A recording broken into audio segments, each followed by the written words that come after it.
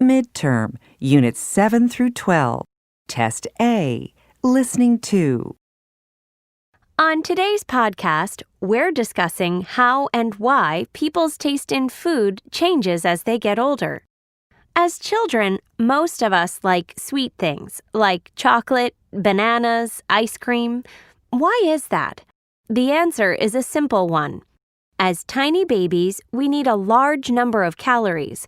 In fact, we need more calories as children than at any other time in our lives.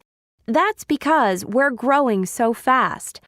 Babies are therefore programmed to want high-calorie foods and drinks with a lot of fat and sugar, like milk, for example.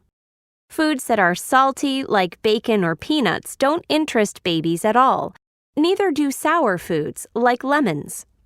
Did you know that a baby's tongue is much more sensitive than an adult's tongue? The taste of food is much stronger for babies than for adults. This is why a lot of baby food is pretty plain.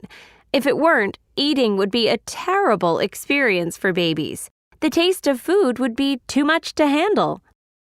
Children generally like sweet things until they're at least in their teens. That may also explain why so often you can't get your kids to eat all the vegetables that you want them to eat. The bitter flavors in some vegetables are stronger for a child than for an adult. When we're adults, food doesn't taste as strong.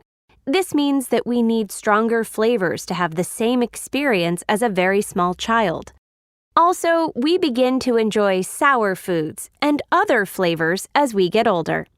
In next week's podcast, we'll be talking about the foods that teenagers enjoy the most. Join us then.